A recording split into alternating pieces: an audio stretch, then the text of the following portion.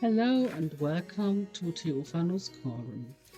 Being a good Christian and still wanting to show off your work? This is how it worked in the Middle Ages.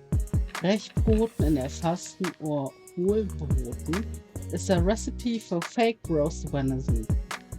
Basically a sweet vegan Lenten dish from dried fruits, spices, wine and rolls. Expensive ingredient at this time. It's a recipe from the first printed German language cookbook, Kuchemeysterey, or today Kuchemeysterey, from 1485.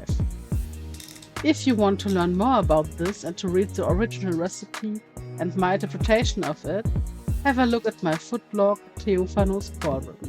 I will link the article in the captions. There's also a version in German language to be found on my German foodblog, der magische Kessel.